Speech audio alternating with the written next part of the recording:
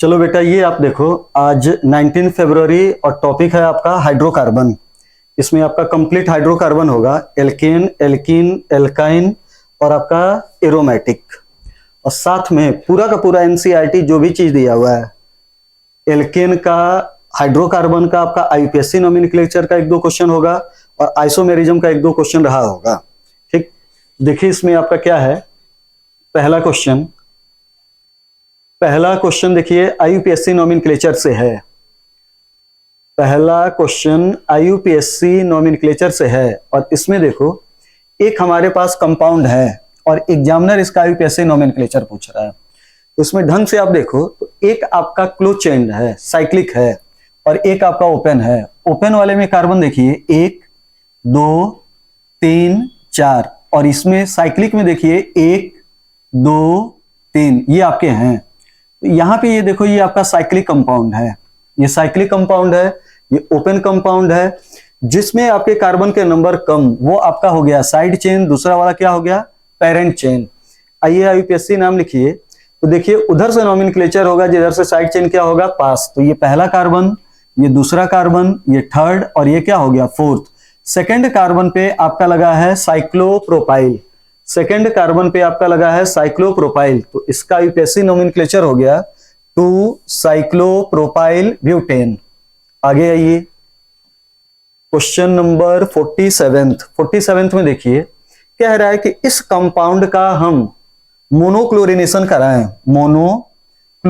कराएं तो कितने कायरल सेंटर, कितने कायरल प्रोडक्ट का क्या होगा, फॉर्मेशन, मतलब कायरल सेंटर कितने बनेंगे। तो ढंग से इसमें देखिए, आप यहां पे या यहां पे, इन दोनों में कहीं भी क्लोरिनेशन कराइए, बात एक ही होगी। तो मान लो आप क्लोरिनेशन यहां पे करा रहे हो तो ये हो गया CH2Cl, और जब ये आपका बनेगा प्रोडक्ट, ये प्रोडक्ट बनेगा, तो ये वाला जो कार्बन होगा वो हो गया कायरल। तो एक कायरल कार्बन ये हुआ। अब मान लीजिए आप यहां पे ना करा के यहां पे करा रहे हैं, तो यहां पे हो गया ये CH और एक क्या लग गया, Cl, तो ये खुद कार्बन क्या हो गया, कायरल, तो ये दूसरा कायरल कार्बन हो गया। इन दोनों पॉइंट को छोड़ के आप कहीं भी मोनोक्लोरिनेशन कराइए, आपके कायरल सेंटर का प्रोडक्शन नहीं होगा। तो 47 का आंसर क्या गया, बी, 2 कायरल सेंटर होंगे। क्वेश्चन नंबर 48 में देखिए, इसमें कह रहा है कि इस कंपाउंड को जिंक और डाइल्यूट HCl के साथ हीट करो, बनने वाला प्रोडक्ट क्या होगा। तो ये देखो, zinc dilute HCl, acidic medium, ये रिड्यूसिंग एजेंट हुआ, ये बॉन्ड रिड्यूस होगा, एक हाइड्रोजन लगेगा इधर और एक हाइड्रोजन लगेगा इधर, प्रोडक्ट बना 1 2 3 4 5, ये 5 कार्बन के प्रोडक्ट का क्या हुआ, फॉर्मेशन। तो यहां पे देखो 1 2 3 4 5 कार्बन के प्रोडक्ट का क्या हुआ, फॉर्मेशन। तो इसका आंसर हुआ 48 का बी। क्वेश्चन नंबर 49 पे आइए। क्वेश्चन नंबर 49 पे कह रहा है कि इसमें प्रोडक्ट क्या होगा। तो ढंग से देखो, ये हमारे पास एक एल्केन है और इस एल्केन में ये वाला जो हाइड्रोजन है यहां पे, ये टर्सरी हाइड्रोजन है और इसका ऑक्सीडेशन स्ट्रॉन्ग ऑक्सीडाइजिंग एजेंट की प्रेजेंस में हो रहा है। तो हमने कहा था कि अगर किसी भी ऑर्गेनिक कंपाउंड में 3 डिग्री हाइड्रोजन हो, टर्सरी हाइड्रोजन हो, ठीक ऐसे कंपाउंड का स्ट्रॉन्ग ऑक्सीडाइजिंग एजेंट की प्रेजेंस में आप ऑक्सीडेशन कराइए तो 3 डिग्री अल्कोहल का क्या होगा, फॉर्मेशन। तो यहां पे देखिए 3 डिग्री अल्कोहल बन रहा है, तो यहां पे 3 डिग्री अल्कोहल, केवल और केवल 3 डिग्री अल्कोहल, एक OH लग रहा है 3 डिग्री अल्कोहल, 2 आपके मेथाइल और 2 मेथाइल पे लग रहा है OH। ऐसा आंसर कौन सा हो गया, ए। तो 49 का आंसर होगा ए, 50 पे आइए, कह रहा है which of the following alkane on treatment with anhydrous aluminium chloride in presence of HCl gives a branch alkane. तो देखो कह रहा है कि इन तीनों कंपाउंड में से किस कंपाउंड को, एनहाइड्रस एल्युमिनियम क्लोराइड साथ में HCl है, मतलब एग्जामिनर पूछ रहा है कि किसका आइसोमेराइजेशन होगा, किसका आइसोमेराइजेशन होगा। तो ये देखिए 1 2 3 4 5, एन पेंटेन, उसका आइसोमेराइजेशन होगा, बनेगा आइसोपेंटेन और नियोपेंटेन। इसमें देखो 1 2 3 4 5 6 हेक्सेन है, हेक्सेन के आइसोमर होते हैं, इसका भी आइसोमेराइजेशन, इसका भी आइसोमेराइजेशन। 1 2 3 4 इसका भी आइसोमेराइजेशन होगा और एन ब्यूटेन का आइसोमेराइजेशन होगा तो आइसोब्यूटेन का क्या होगा, फॉर्मेशन। तो आंसर सी भी होगा।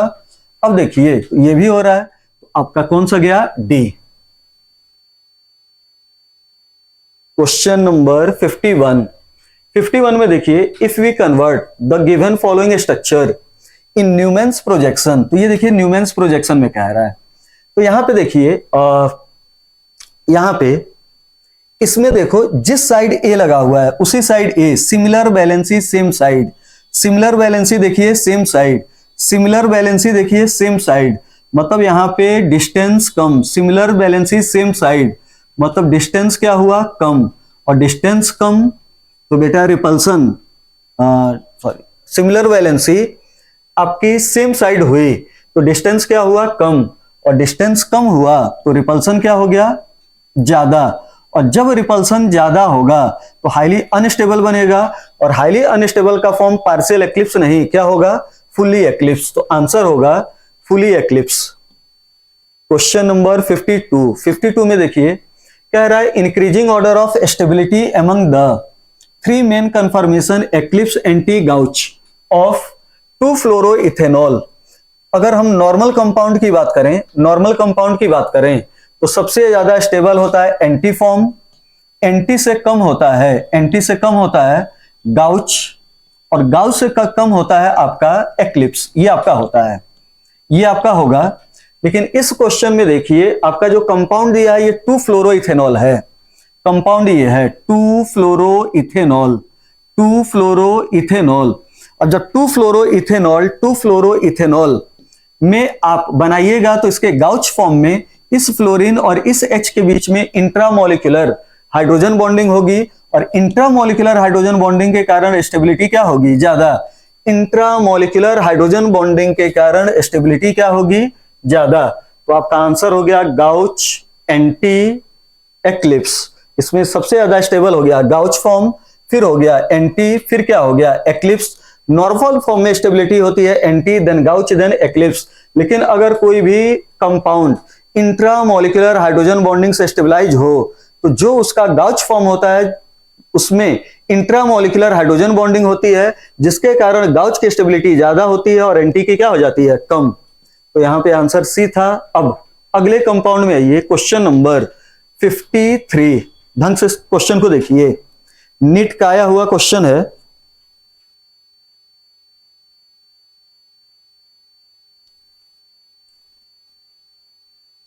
क्वेश्चन नंबर 53, ये नीट का आपका आया हुआ क्वेश्चन। देखो इसमें कह रहा है कि the compound that will react most readily with gaseous bromine has the formula. The compound that will most readily react with gaseous bromine has the formula, gaseous bromine. तो देखो गैसियस ब्रोमीन जो है, गैसियस ब्रोमीन, सबसे पहले इस question की खासियत देखिए। इसमें क्या है, एग्जामिनर कह रहा है कि गैसियस ब्रोमीन है, तो ब्रोमीन का बेटा नेचुरल फॉर्म, ब्रोमीन का नेचुरल फॉर्म लिक्विड होता है, और एग्जामिनर आपसे ब्रोमीन गैस के फॉर्म में कह रहा है। तो अगर एग्जामिनर आपसे ब्रोमीन गैस के फॉर्म में कह रहा है तो यहां पे आपका टेम्परेचर ज्यादा होगा, टेम्परेचर ज्यादा होगा तो रिएक्शन का जो नाम होगा वो आपका फ्री रेडिकल होगा, फ्री रेडिकल होगा। तो यहां पे रिएक्शन जो होगा वो फ्री रेडिकल, या एडिशन कह लो, सब्स्टिट्यूशन कह लो, जो भी कह लो। तो मान लो हमने फ्री रेडिकल सब्स्टिट्यूशन माना। अब यहां पे C3H6 हुआ, C3H6, C3H6 का मतलब हुआ प्रोपीन। तो ये देखिए ये प्रोपीन है। अब यहां पे हम फ्री रेडिकल सब्स्टिट्यूशन कराएं तो एलाइलिक क्लोरीनेशन ब्रोमिनेशन होगा, एलाइलिक क्लोरीनेशन एलाइलिक ब्रोमिनेशन होगा, और एलाइलिक ब्रोमिनेशन होगा तो यहां पे आके आपका लगेगा, यहां पे आपका आके लगेगा। अब C2H2 में आइए, तो C2H2 को देखिए, C2H2 मान लीजिए ये वाला आपका इंटरमीडिएट बनेगा, C4H10, 1 2 3 4, C4H10 को आप देखिए तो इस वाले इंटरमीडिएट का क्या होगा, फॉर्मेशन, और यहां पे आपका है C2H4। तो C2H4 है तो ये C डबल बॉन्ड, ये है आपका C2H2, तो ये ट्रिपल बॉन्ड था। यहां पे ये आपका हो गया C डबल बॉन्ड C, और ये इंटरमीडिएट बना।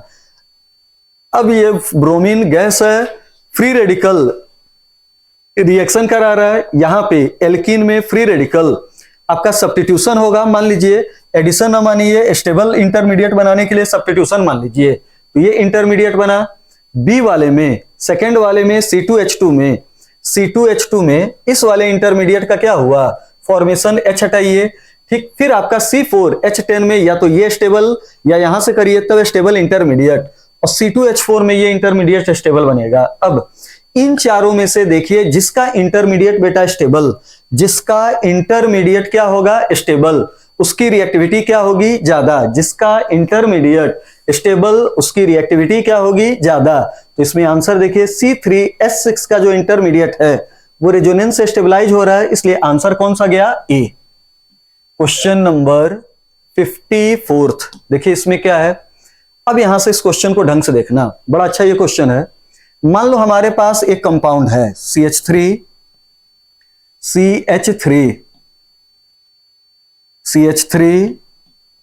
ये है, फिर ये आपका है बेटा CH2, फिर ये है CH और ये है Cl और ये है CH3। अब इस कंपाउंड को हम हीट करें, आराम से सुनना, एल्कोहलिक KOH डिहाइड्रोहेलोजिनेशन के लिए एल्कोहलिक KOH, और जब तक आपसे न कहा जाए अल्कोहल आपको मानना है एथाइल अल्कोहल, और एथाइल अल्कोहल छोटा अल्कोहल होगा, तो ये आपका छोटा अल्कोहल हुआ। और ये देखिए ये हुआ टर्सरी ब्यूटाइल अल्कोहल, और साथ में आपका बेस हुआ, तो ये टर्सरी ब्यूटाइल अल्कोहल हुआ। तो एक अल्कोहलिक बेस ये हुआ और एक ये नीचे वाला हुआ अल्कोहलिक बेस। अब ये देखो, जब ये आपका बेस छोटा होता है डिहाइड्रोहेलोजिनेशन में, जब अल्कोहलिक बेस छोटा होता है तो हिंड्रेंस आपका काम नहीं करता है, और हिंड्रेंस काम नहीं करेगा तो ये मोर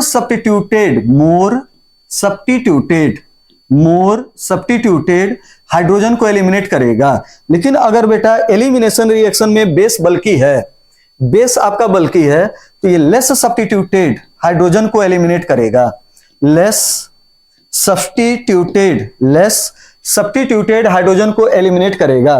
तो इस वाले में देखिए ये जो होगा ये लेस सब्स्टिट्यूटेड हाइड्रोजन को एलिमिनेट करेगा, तो एक हाइड्रोजन आपका हुआ ये हुआ मोर सब्स्टिट्यूटेड बीटा हाइड्रोजन, ये हुआ लेस सब्स्टिट्यूटेड, यहां पे आपका ये आके अटैक करेगा और यहां से प्रोटॉन को क्या करेगा एलिमिनेट। तो देखिए मेजर प्रोडक्ट इस कंडीशन में आपका ये वाला बनेगा, ये वाला आपका बनेगा मेजर प्रोडक्ट। यहां पे इस वाले क्वेश्चन में जो मेजर प्रोडक्ट बनेगा उसमें बेटा ये जो डबल बॉन्ड होगा वो यहां पे आके लगेगा, तो ये देखिए यहां पे लगेगा, तो जो बनने वाला प्रोडक्ट होगा वो मेजर होगा, लेकिन उस रूल का नाम आपका सेडजेफ नहीं, क्या हो जाएगा हॉफमैन, ये आपका रूल का नाम हो जाएगा हॉफमैन। तो यहां पे ढंग से देख लीजिए, इस वाले क्वेश्चन में आप ढंग से देख लीजिए। फिर हमने क्या आपको बताया, इस वाले क्वेश्चन में आप देखिए ये आपका 2-क्लोरोब्यूटेन है, टर्सरी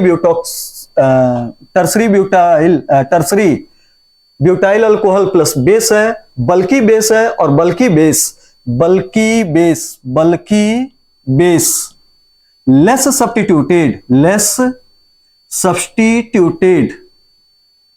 सब्स्टिट्यूटेड बीटा हाइड्रोजन को एलिमिनेट करेगा, और लेस सब्स्टिट्यूटेड को एलिमिनेट करेगा, तो जो आपका डबल बॉन्ड होगा वो इधर न लग के यहां पे लगेगा, यहां पे लगेगा। और ये देखिए ये जो प्रोडक्ट होगा वो ज्यादा मात्रा में बनेगा, मेजर प्रोडक्ट यही वाला आपका होगा, जो अनस्टेबल एल्कीन होगी वो मेजर प्रोडक्ट होगी, और अगर अनस्टेबल एल्कीन मेजर प्रोडक्ट हो गई तो रूल का नाम क्या हो गया Hofmann. Stable alkene major product बने तो नाम क्या होता है सेडजेफ, और अनस्टेबल एल्कीन मेजर प्रोडक्ट बने तो नाम क्या होता है हॉफमैन, तो रूल का नाम हुआ हॉफमैन।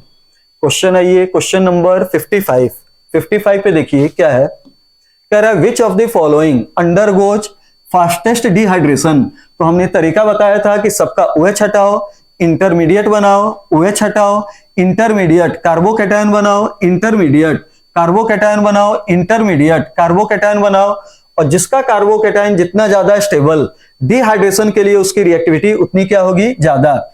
आंसर हो गया बी। क्वेश्चन नंबर 46 में देखिए आपका क्या है, कह रहा है कि इस कंपाउंड में फिर से देखिए मेजर प्रोडक्ट, तो अब मेजर प्रोडक्ट है और यहां पे बेस को देखिए, ये अल्कोहलिक KOH है। तो अब आपका यहां से भी, इस बीटा पोजीशन से भी हाइड्रोजन एलिमिनेट होगा, यहां से भी एलिमिनेट होगा, लेकिन अब अल्कोहलिक KOH छोटा है, साइज छोटी है, तो जहां पे हिंड्रेंस, मतलब हिंड्रेंस छोड़ दीजिए, वहां से बीटा हाइड्रोजन निकालेगा, जहां से प्रोडक्ट क्या बनेगा, स्टेबल। तो देखिए यहां से निकालेगा तो ब्यूट 1 इन बनेगा, यहां से निकालेगा तो ब्यूट 2 इन बनेगा, और ब्यूट 2 इन में अल्फा हाइड्रोजन ज्यादा होंगे, स्टेबिलिटी ज्यादा होगी। अब सी ऑप्शन भी बेटा ब्यूट 2 इन और डी ऑप्शन भी ब्यूट 2 इन। ये वाला जो फॉर्म है, इस फॉर्म का बेटा नाम है सिस, और इस वाले फॉर्म का नाम है ट्रांस। और आप जानते हो कि ट्रांस ब्यूट 2 इन की स्टेबिलिटी क्या होती है, ज्यादा। तो आंसर कौन सा जाएगा, सी। अगले क्वेश्चन में आइए, क्वेश्चन नंबर है 57। देखिए क्या है,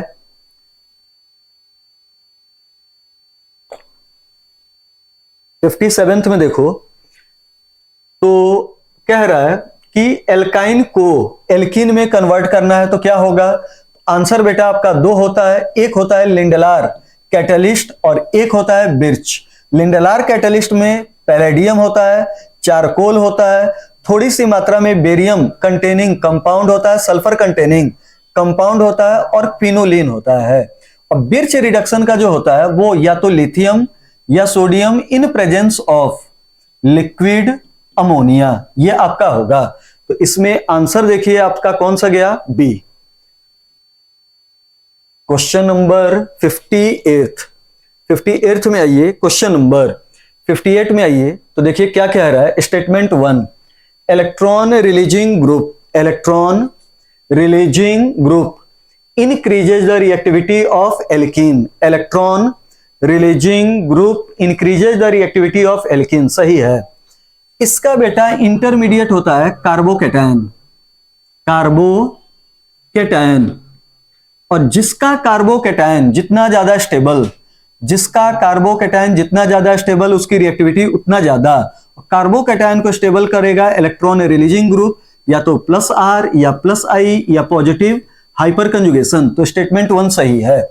स्टेटमेंट 2 में देखिए क्या कह रहा है, correct reactivity order towards hydrogen halide. तो हाइड्रोजन हैलाइड मतलब इलेक्ट्रोफिलिक एडिशन रिएक्शन में किसकी रिएक्टिविटी ज्यादा है, तो ये देखिए ये दोनों कॉमन है। यहां पे जो अलग से ग्रुप लगा है वो ये है, और यहां पे से जो अलग ग्रुप लगा है ये है। ये ग्रुप है इलेक्ट्रॉन विदड्रॉइंग और ये ग्रुप है इलेक्ट्रॉन रिलीजिंग। तो ये भी आंसर सही है। इलेक्ट्रॉन रिलीजिंग ग्रुप रिएक्टिविटी बढ़ाएगा, ये घटाएगा। तो कौन सा स्टेटमेंट सही है, both first and second. Answer कौन सा गया, ए। 58th का आंसर जो होगा वो कौन सा हो गया, ए। 59th में आइए, क्या कह रहा है, styrene is more reactive than ethene toward electrophilic addition reaction. Styrene is more reactive than ethene towards electrophilic addition reaction. अब ये देखिए स्टाइरिन क्या होता है, स्टाइरिन ये होगा, स्टाइरिन हुआ ये CH डबल बॉन्ड CH2, और ये देखिए स्टाइरिन में आप इलेक्ट्रोफिलिक एडिशन कराइए, एक इलेक्ट्रोफाइल जोड़िए, तो इंटरमीडिएट ये बनेगा। इंटरमीडिएट आपका बनेगा CH2 plus single bond CH3, CH2 plus single bond CH3। तो कह रहा है कि स्टाइरिन मोर रिएक्टिव देन इथीन।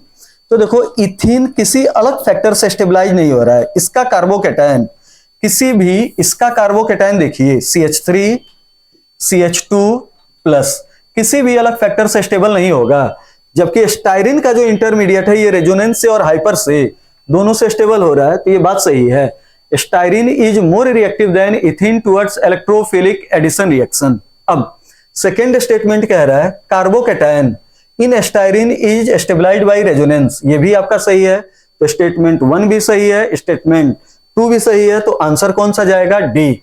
59th का आंसर होगा डी। 60 में आइए, क्या है, melting point of trans alkene is more than cis alkene. Statement true है, सही है। ठीक, अब आइए यहां पे सेकेंड स्टेटमेंट में, trans alkene has generally greater dipole moment than cis alkene, गलत है। ये वाला स्टेटमेंट आपका फॉल्स है। सिस एल्कीन का किसी भी कंडीशन में, आप डायग्राम देखिए, कॉपी में देखिए, एनसीईआरटी में देखिए, कहीं भी देखिए इस टॉपिक में, ट्रांस एल्कीन की जो डाइपोल होगी वो किसी भी कंडीशन में, सिमेट्रिकल एल्कीन हो, एसिमेट्रिकल एल्कीन हो, किसी भी टाइप की बेटा एल्कीन हो, सिमेट्रिकल हो, एसिमेट्रिकल हो, किसी भी टाइप की एल्कीन हो, सिस एल्कीन का डाइपोल ज्यादा होता है, ट्रांस एल्कीन का डाइपोल क्या होता है, कम। तो यहां पे पहला वाला स्टेटमेंट सही है, दूसरा वाला स्टेटमेंट गलत है। Statement 1 is correct but 2 is incorrect. तो 60 का आंसर क्या हो गया, बी। क्वेश्चन नंबर 61 में आइए तो देखिए, विच of the following has smallest heat of hydrogenation पर मोल। अब आराम से सुनिए, इसका मतलब क्या है heat of hydrogenation. Heat of hydrogenation का मतलब होता है जैसे कोई भी एक अनसैचुरेटेड कंपाउंड है और उस अनसैचुरेटेड कंपाउंड पे बेटा हाइड्रोजन जाके जुड़े और हाइड्रोजन के जुड़ने से जो एनर्जी निकले उसका एनर्जी का नाम होता है हीट ऑफ हाइड्रोजनेशन। हाइड्रोजन के जुड़ने से जो एनर्जी निकले उस एनर्जी का नाम होगा हीट ऑफ हाइड्रोजनेशन। अब खुद दिमाग लगाइए, जो एल्कीन जितना ज्यादा स्टेबल उस पे हाइड्रोजन कम जुड़ेगा, नहीं जुड़ेगा, हीट ऑफ हाइड्रोजनेशन कम होगा। फिर से सुनिए, एल्कीन अनस्टेबल, जो एल्कीन स्टेबल उस पे हाइड्रोजन कम जुड़ेगा, लेस जुड़ेगा, धीमा जुड़ेगा, और हाइड्रोजन धीमे जुड़ेगा, कम जुड़ेगा, नहीं जुड़ेगा, तो हीट ऑफ हाइड्रोजनेशन क्या होगा, कम। तो हीट ऑफ हाइड्रोजनेशन स्मॉल पूछ रहा है, तो देखिए कौन सबसे ज्यादा स्टेबल एल्कीन है। तो सबसे ज्यादा स्टेबल एल्कीन इसमें है, अल्फा हाइड्रोजन के द्वारा चेक कीजिए तो ट्रांस, सिस और ट्रांस ब्यूटेन में दोनों में alpha hydrogen hyper conjugation same, लेकिन ट्रांस ब्यूटेन में जो आपका बल्की ग्रुप होगा वो दूर दूर होगा, रिपल्सन कम तो स्टेबिलिटी ज्यादा। तो आंसर हो गया बी। ठीक, क्वेश्चन नंबर 62 में आइए, देखिए क्या है, which of the following alkene gives a mixture of ketone only. तो हमने आपको कहा था कि जब भी ओजोनोलिसिस कराइए, मैकेनिज्म छोड़ दीजिए, ठीक, अगर मैकेनिज्म का क्वेश्चन नहीं है तो मैकेनिज्म छोड़िए, ओजोनोलिसिस कराइए, डबल बॉन्ड को तोड़िए, ओजोनोलिसिस में वाटर के साथ जिंक हो, ठीक, यही आपके सिलेबस में है, तो डबल बॉन्ड को तोड़िए, दोनों बगल ऑक्सीजन लगाइए। अगर डबल बॉन्ड वाले कार्बन पर हाइड्रोजन नहीं है तो कीटोन, और डबल बॉन्ड वाले कार्बन पर हाइड्रोजन है तो क्या बनाइए, एल्डिहाइड। तो ये देखो, इसमें दोनों साइड से कीटोन का फॉर्मेशन होगा, इस वाले में देखिए दोनों साइड से एल्डिहाइड का फॉर्मेशन होगा, लेकिन फिर इसमें देखिए दोनों साइड से कीटोन का क्या होगा, फॉर्मेशन। तो एक आंसर सही है 3, एक आंसर सही है 2, सॉरी चौथा। इसमें देखिए दोनों मोल एल्डिहाइड, इसमें भी दोनों मोल एल्डिहाइड, दोनों मोल कीटोन, दोनों मोल कीटोन, वो ऑप्शन चूज कीजिए जिसमें 3, 4 हो। तो आंसर 3, 4 किसमें जा रहा है, डी। क्वेश्चन नंबर 63 पे आइए, तो 63 में देखिए कह रहा है कि इस कंपाउंड का ओजोनोलिसिस हो रहा है तो ABC बन रहा है, कह रहा है कौन ABC नहीं है। काम कीजिए, डबल बॉन्ड को तोड़िए, ऑक्सीजन ऑक्सीजन, डबल बॉन्ड को तोड़िए, ऑक्सीजन ऑक्सीजन, यहां पे देखिए ये कीटोन बना, ये कीटोन बना, और ये आपका फॉर्मेल्डिहाइड बना, ketone ketone formaldehyde, ketone ketone formaldehyde, नहीं क्या बना, एसिटल्डिहाइड। तो आंसर कौन सा जाएगा, डी। 64th में आंसर देखिए क्या है, कह रहा है which of the following has maximum reactivity towards N bromosuccinimide. N bromosuccinimide मतलब एलाइलिक ब्रोमीनेशन, एलाइलिक ब्रोमीनेशन के लिए पूछ रहा है कि किसकी रिएक्टिविटी ज्यादा है। तो देखिए एलाइलिक ब्रोमिनेशन, पहले वाले में जो इंटरमीडिएट बनेगा वो ये हुआ, एलाइलिक ब्रोमिनेशन में पहले वाले का इंटरमीडिएट ये, फिर आप आइए बी ऑप्शन में, तो बी ऑप्शन में इंटरमीडिएट हो गया ये आपका।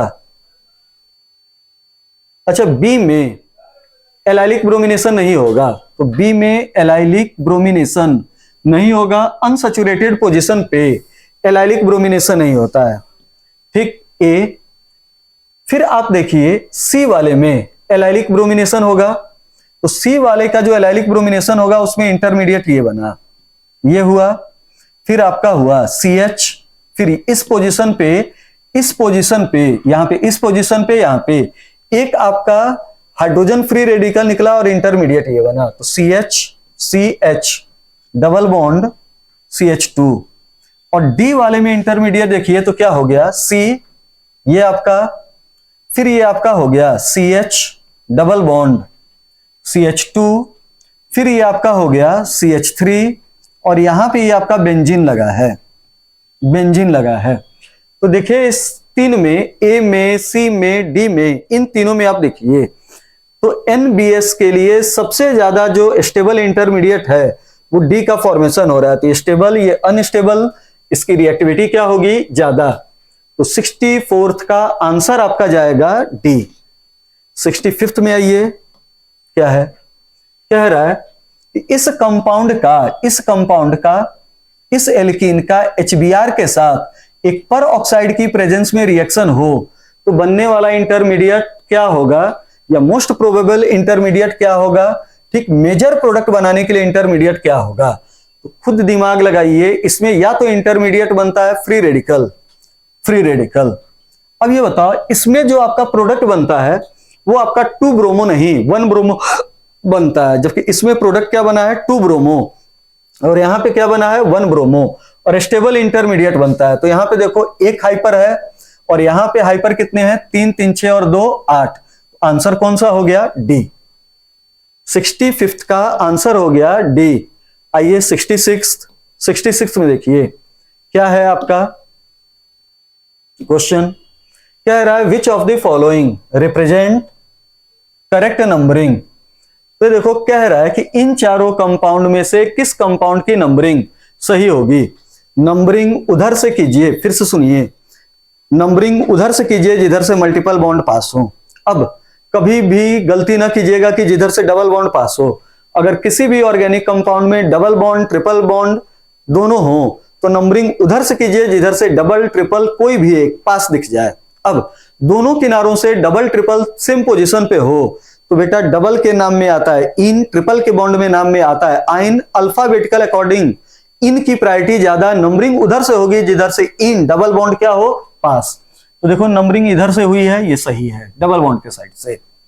इसमें नंबरिंग देखिए डबल बॉन्ड दूर है, ट्रिपल बॉन्ड पास है, तो ये वाला गलत है, इसमें नंबरिंग इधर से होनी चाहिए थी। इसमें देखिए डबल ट्रिपल दोनों सेम, नंबरिंग इधर से हुई है, ये भी सही है। डबल ट्रिपल दोनों सेम, नंबरिंग किधर से हुई है, डबल के साइड से, तो ये भी आपका सही है। तो इसका आंसर गया 1 3 4, तो आंसर कौन सा हो गया, डी। ठीक, क्वेश्चन नंबर 67। तो 67 में देखिए क्या है, तो ये देखिए यहां पे ये हमारे पास कंपाउंड है CH3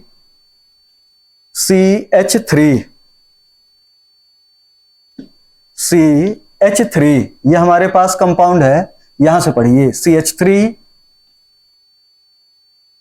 CH3 फिर है आपका C, फिर ये आपका है HBr, फिर ये आपका है CHBr, फिर ये आपका है CH3।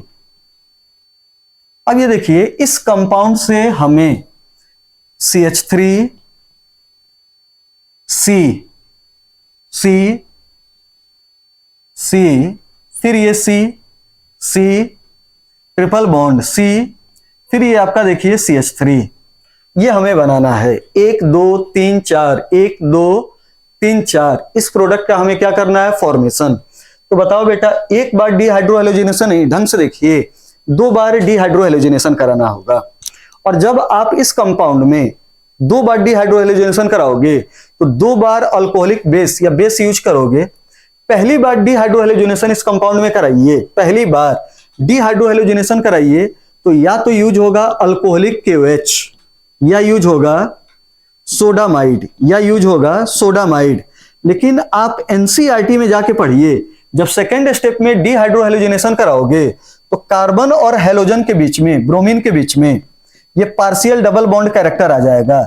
जिसके कारण नॉर्मल बेस, अल्कोहलिक बेस डिहाइड्रोहैलोजिनेशन नहीं कराएगा, तो सेकेंड स्टेप पे डेफिनेटली क्या लगेगा, NaNH2।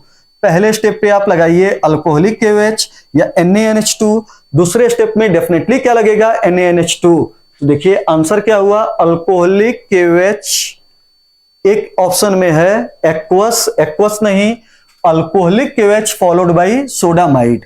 तो आंसर क्या हो गया, डी। एक्वस KOH जो होता है वो सब्स्टिट्यूशन कराता है और अल्कोहलिक KOH क्या कराता है, डिहाइड्रोहैलोजिनेशन। 68 में देखिए क्या है क्वेश्चन, देखिए कह रहा है कि इस कंपाउंड की रिएक्शन इसके द्वारा हुई तो ए बना, फिर उसका टाउटोमेराइजेशन हुआ तो ये बना। आप जानते हो कि एल्काइन पे बेटा जब पानी जुड़ता है हेवी मेटल सॉल्ट, तो दोनों पाई बॉन्ड नहीं, पॉइजन के कारण, हेवी मेटल आयन पॉइजन के कारण एक ही पाई बॉन्ड तोड़िए और एक पाई बॉन्ड तोड़िए तो जो इंटरमीडिएट बनेगा उसका नाम होगा इनॉल।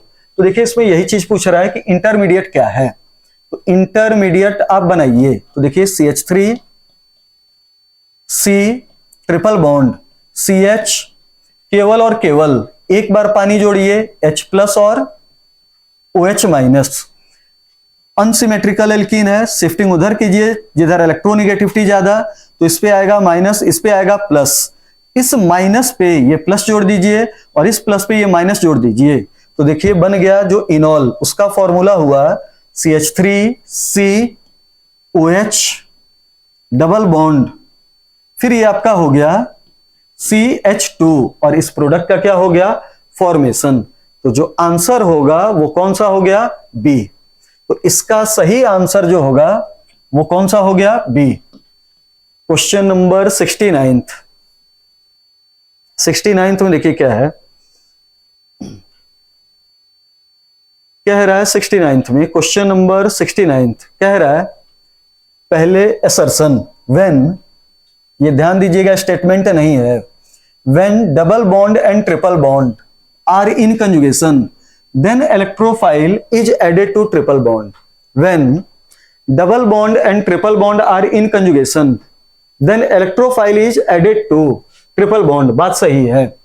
आप क्या कीजिए कि हमारे पास एक डबल बॉन्ड है, ये देखिए एग्जामिनर कह रहा है double bond C double bond C triple bond C। जब double bond triple bond conjugation में है तो आने वाला जो इलेक्ट्रोफाइल होगा वो ट्रिपल बॉन्ड पे अटैक करेगा, डबल बॉन्ड पे अटैक नहीं करेगा। बात सही है।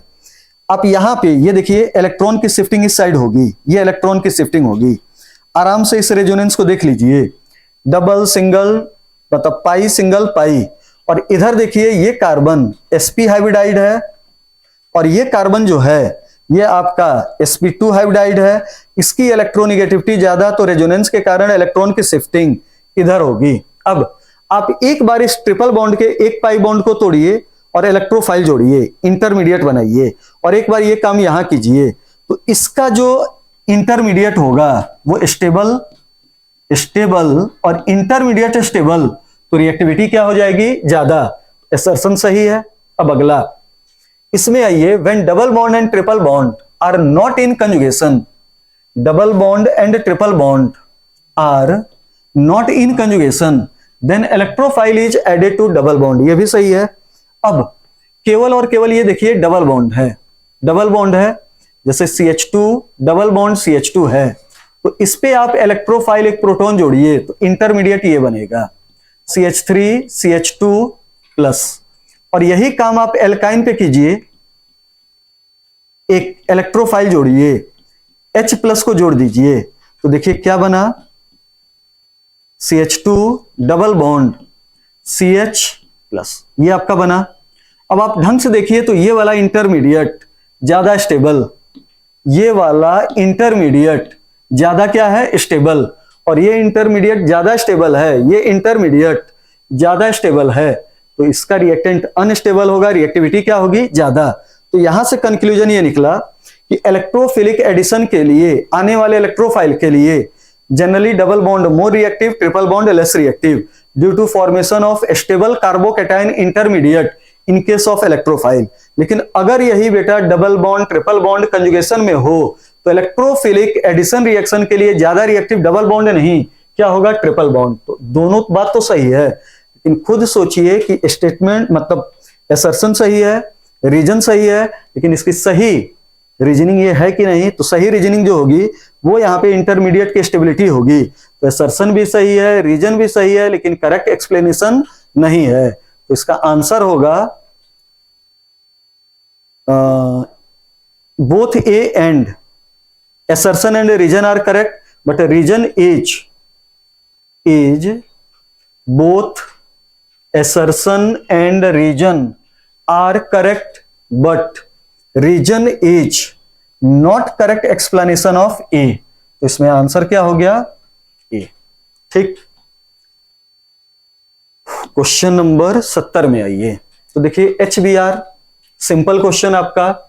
इसमें आप क्वेश्चन में देखिए क्या करना है, सबसे पहले बॉन्ड को इधर शिफ्ट कीजिए, ठीक, फिर आने वाले इलेक्ट्रोफाइल को इस पे जोड़िए। इंटरमीडिएट आपका बना CH3 CH3, फिर ये बना CH+ और ये हो गया CH3। अब ये आपका कार्बोकेटायन है, और हमने आपको कहा है कि कभी भी क्वेश्चन को सॉल्व कीजिए, लेस स्टेबल कार्बोकेटायन को किसमें चेंज कीजिए, मोर स्टेबल। उसके लिए 1,2 शिफ्टिंग होगी, तो ये प्रोटॉन इधर आएगा, H इधर जाएगा। यहां पे आपका हो गया CH3 C+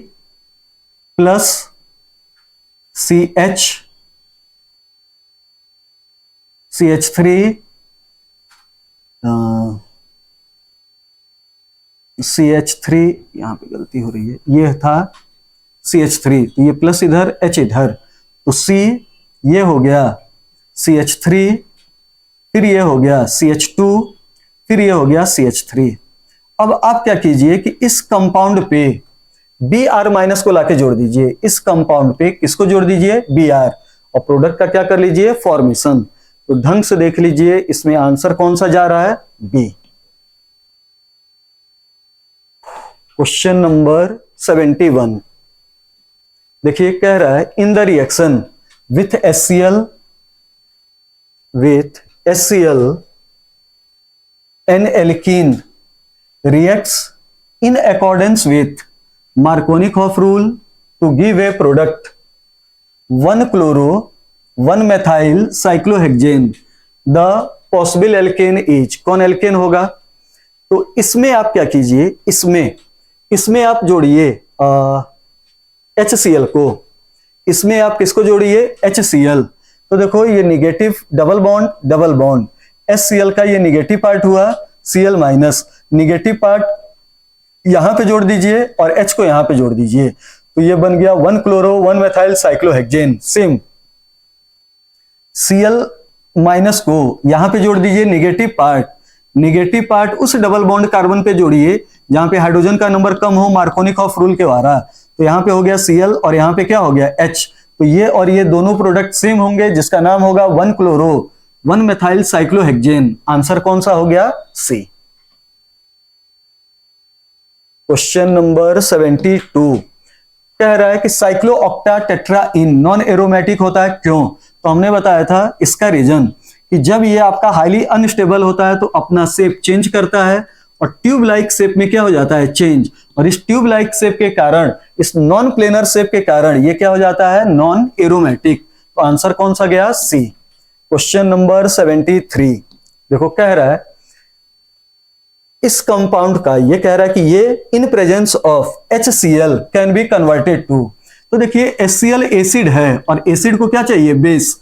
तो ये जो आपका बेस होगा, ये इस एसिड होगा, वो इस बेस पे अटैक करेगा, या ये बेस इस प्रोटॉन पे एक्सेप्ट करेगा। तो देखो OH- गया और OH- गया तो इस कार्बन पे क्या आया, प्लस, और ये कंपाउंड हो गया cyclic planar completely conjugated 2 pi electron. और 2 पाई इलेक्ट्रॉन का नाम क्या होता है, एरोमेटिक।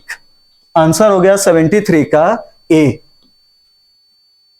अगला देखिए, कह रहा है कि इस कंपाउंड को can be converted into aromatic compound. तो ये बताइए इसको एरोमेटिक में करना है तो 6 पाई इलेक्ट्रॉन रखना होगा, और 6 पाई इलेक्ट्रॉन होने के लिए यहां पे चार्ज क्या होना चाहिए, प्लस।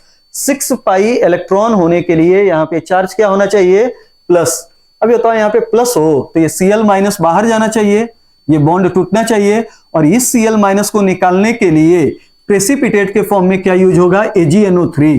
AgNO3 Cl के साथ मिलेगा, AgCl नामक प्रेसिपिटेट का क्या कर देगा, फॉर्मेशन। क्वेश्चन नंबर 75 देखिए क्या है, क्वेश्चन नंबर 75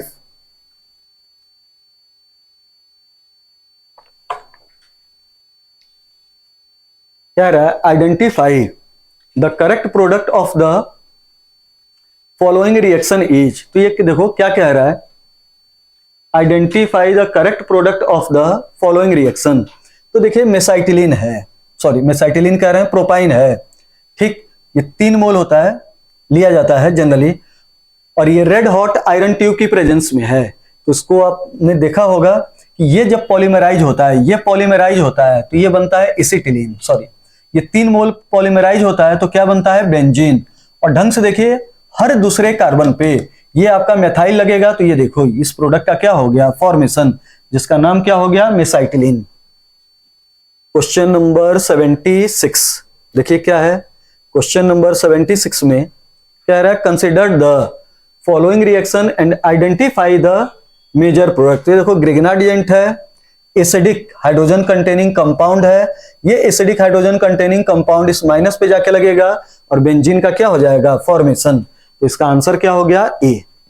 77 ये भी आपका है, देखिए क्या रहा है, benzene diazonium salt, aqueous H3PO2 है और ये है, तो यहां पे जो ए बनेगा वो क्या हो गया, बेंजीन, ठीक। अगर आपको बेंजीन डाइजोनियम सॉल्ट का H हटाना, मतलब डाइजोनियम हटाना हो और H लगाना हो, तो यूज होता है एक्वस H3PO2 या इथाइल अल्कोहल, या तो यूज होता है एक्वस H3PO2 या क्या यूज होता है, इथाइल अल्कोहल। और बेंजीन का क्या होता है, फॉर्मेशन। और बेंजीन में 3 पाई बॉन्ड हैं, तो पाई इलेक्ट्रॉन कितने होंगे, 6। तो देखो it is aromatic due to 10 pi electron in conjugation, गलत है। इट इज एंटी एरोमेटिक, गलत है, एरोमेटिक है। प्रोडक्ट इज एनिलीन, ये भी आपका गलत है। और ये आपका है नन ऑफ द एबव, तो आंसर क्या गया, none of the above. Question number 78 कह रहा है प्रोडक्ट फॉर्म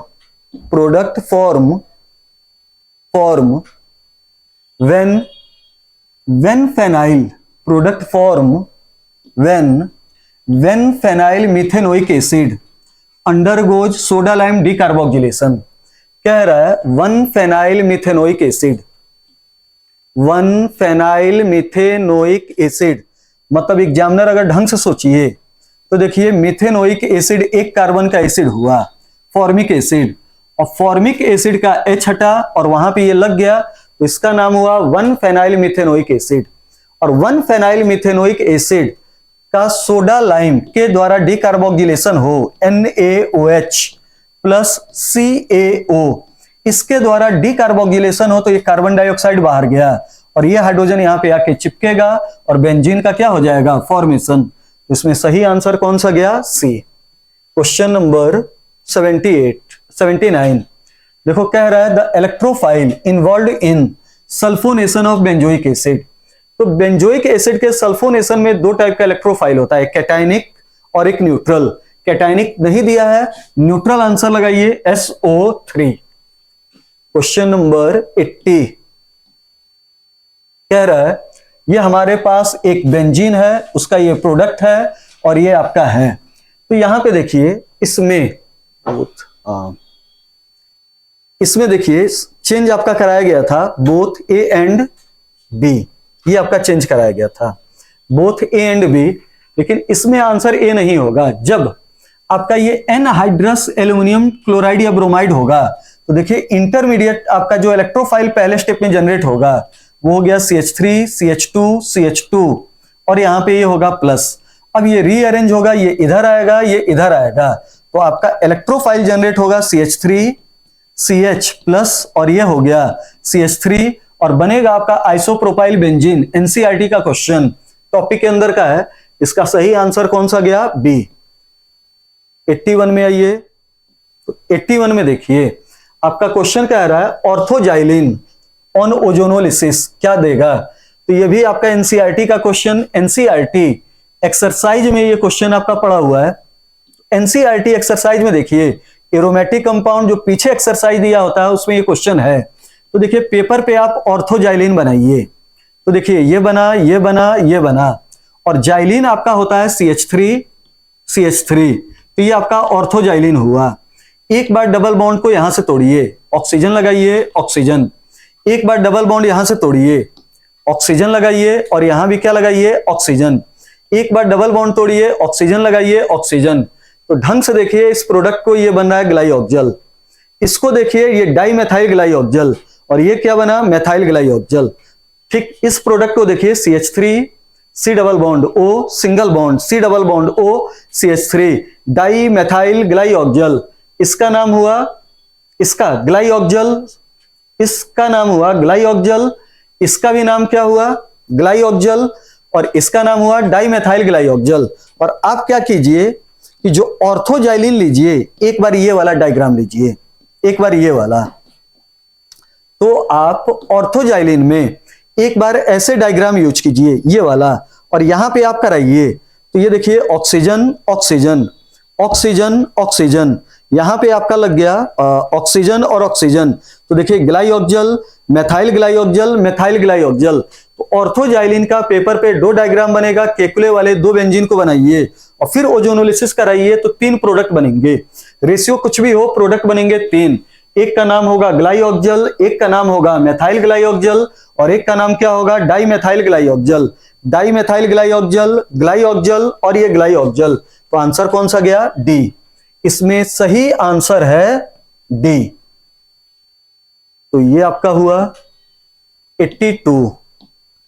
देखिए विच of the following compound undergo, अच्छा इस क्वेश्चन में बेटा ये बोनस है, क्वेश्चन नंबर 82 बोनस है।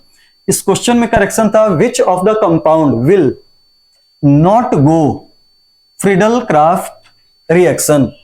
तो ये देखिए ये भी फ्रीडल क्राफ्ट रिएक्शन में नहीं जाएगा, ये भी रिंग डीएक्टिवेटिंग ग्रुप, जहां जहां पे रिंग डीएक्टिवेटिंग ग्रुप होगा वो फ्रीडल क्राफ्ट एल्काइलेशन में या एसाइलेशन में नहीं जाएगा।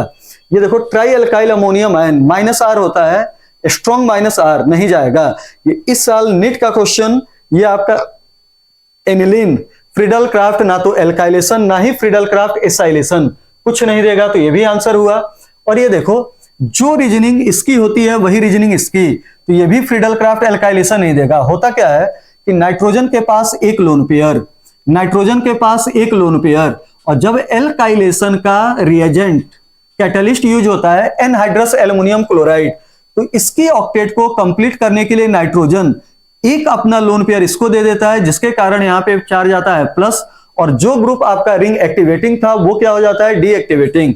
और बेंजीन के ऊपर रिंग डीएक्टिवेटिंग ग्रुप लग जाए तो ना तो फ्रीडल क्राफ्ट एल्काइलेशन ना ही फ्रीडल क्राफ्ट एसाइलेशन, तो ना तो आंसर होगा बी, ना होगा सी, ना होगा डी। आंसर आपका कौन सा जाएगा, ए। ठीक, ये आपका हुआ फिनॉल या आपका हुआ इनिसॉल फ्रीडल क्राफ्ट एल्काइलेशन देगा। लेकिन क्वेश्चन बेटा ये बोनस है, इसमें 3 आंसर सही है, आंसर एक गलत है। इसमें ओरिजिनल क्वेश्चन था not undergoes Friedel craft reaction. Question number 83 में आइए, टोल्विन इज ऑर्थोपैरा डायरेक्टिंग।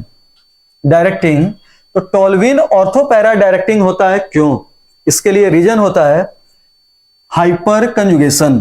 ठीक, कभी भी बेंजीन रिंग के ऊपर एल्काइल ग्रुप लगा हो जिसके पास कम से कम 1 अल्फा हाइड्रोजन हो सैचुरेटेड अल्फा कार्बन पे, तो हरदम वो रिंग को इलेक्ट्रॉन डोनेट करता है, इलेक्ट्रॉन डेंसिटी बढ़ाता है और रिएक्टिविटी बढ़ाता है, electrophilic substitution reaction. Question number 84, which of the following compound is most reactive to electrophilic aromatic substitution.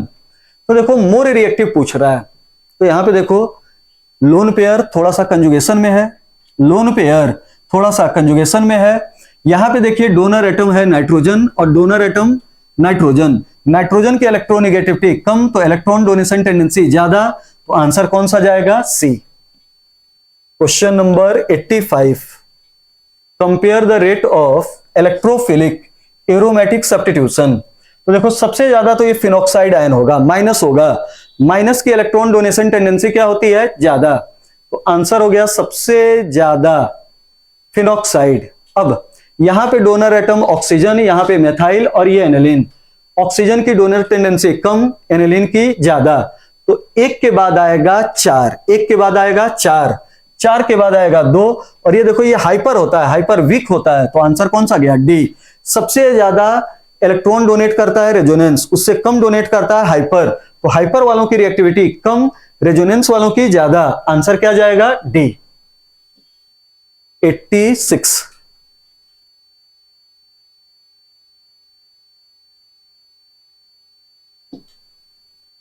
Question number 86, identify the site where electrophilic aromatic substitution is most favourable. तो ये देखो ये oxygen है, electron density बढ़ाएगा तो या तो ortho position पे, अच्छा यहां पे देखो CH3 है, ठीक। CH3 हाइपर के कारण करेगा, ये प्लस आर के कारण करेगा। आने वाला इलेक्ट्रोफाइल प्लस आर की बात मानेगा, या तो इलेक्ट्रॉन डेंसिटी बढ़ाएगा ऑर्थो या पैरा। ऑर्थो भरा हुआ है, इस ऑर्थो पे हिंड्रेंस हो जाएगा, इसलिए मेनली कहां जाएगा, पैरा। पैरा वाला पोजीशन क्या है, सेकंड। मतलब आंसर कौन सा गया, बी। क्वेश्चन नंबर 86 देखिए, ये नीट का आया हुआ क्वेश्चन। 87 कह रहा है enthalpy of hydrogenation of this compound will be order.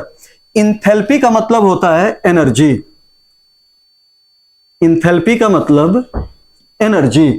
कह रहा है कि इन तीन कंपाउंड में से किस पे इंथैल्पी ऑफ हाइड्रोजन, इन तीनों कंपाउंड में से किस कंपाउंड में हाइड्रोजन जुड़े तो निकलने वाली एनर्जी इंथैल्पी ऑफ हाइड्रोजनेशन ज्यादा होगा। तो यहां देखो ये डबल बॉन्ड कंजुगेशन में नहीं, ये नहीं, ये नहीं, ये double bond, single bond, double bond दिख रहा है लेकिन ये रिंग के बाहर है, थोड़ा सा अनस्टेबल है। ये दोनों तो कंजुगेशन में हैं, और यहाँ पे तीनों डबल बॉन्ड तीन दिख रहे हैं लेकिन कंजुगेशन में हैं। तो इस कंपाउंड में तीन जगह पे बेंजीन हाइड्रोजन जुड़ेगा, इसमें एक जगह पे जुड़ेगा, इसमें एक भी जगह पे नहीं जुड़ेगा। जब यहाँ पे तीन जगह पे जुड़ेगा तो निकलने वाली एनर्जी सबसे क्या होगी, ज्यादा। आंसर हो गया 3, 2, 1। सही आंसर कौन सा हो गया, बी। क्वेश्चन नंबर 88 देखिए क्या है, कह रहा है कि ये रिएक्शन, अच्छा ये ऑप्शन था ए, ये आपको करेक्शन करा है, ये बी, ये है सी, और ये क्या है, डी।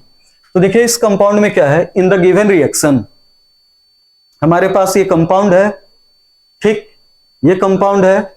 ये देखो HF जो होगा वो इस पे आके जुड़ेगा और इलेक्ट्रोफाइल जनरेट करेगा, ये ठीक। Benzene alkene protic acid, benzene alkene protic acid, सबसे पहले ये प्रोटिक एसिड का प्रोटॉन बेंजीन के स्टेबल नहीं अनस्टेबल पाई बॉन्ड पे आके अटैक करेगा, इलेक्ट्रोफाइल जनरेट करेगा। अब ये इलेक्ट्रोफाइल बेंजीन पे जुड़ेगा, इलेक्ट्रोफिलिक सब्स्टिट्यूशन करेगा, और आंसर कौन सा जाएगा, सी, ठीक। मतलब ये वाला आंसर। क्वेश्चन नंबर 89 देखिए 89 में क्या है, तो क्वेश्चन नंबर 89 में देखिए compound C7H8 undergo following reaction. C7H8 undergoes following reaction. C7H8 को देखिए क्या है, ये ठीक।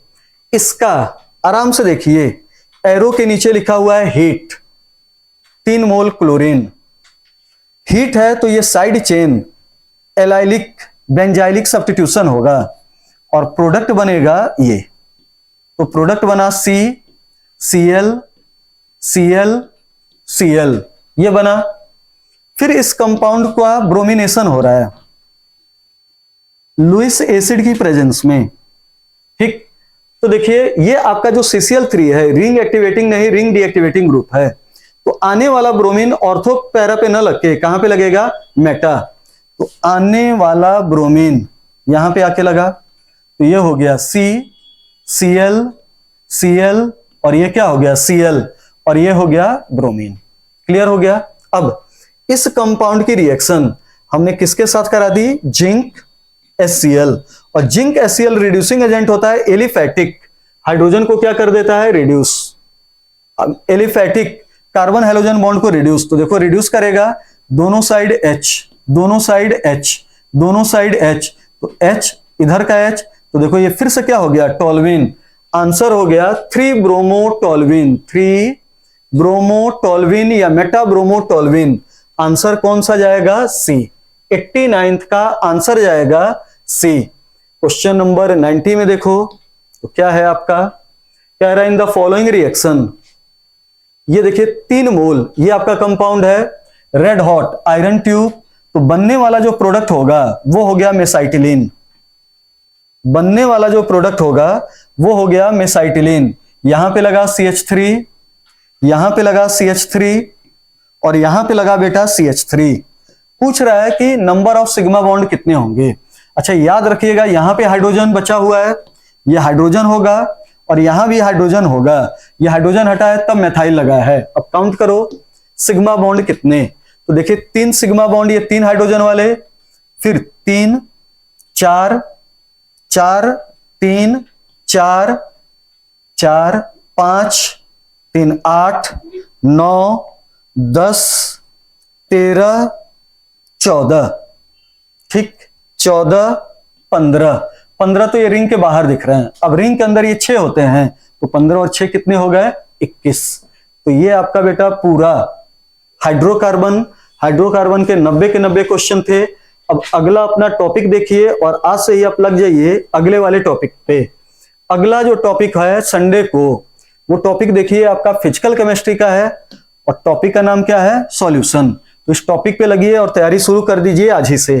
धन्यवाद।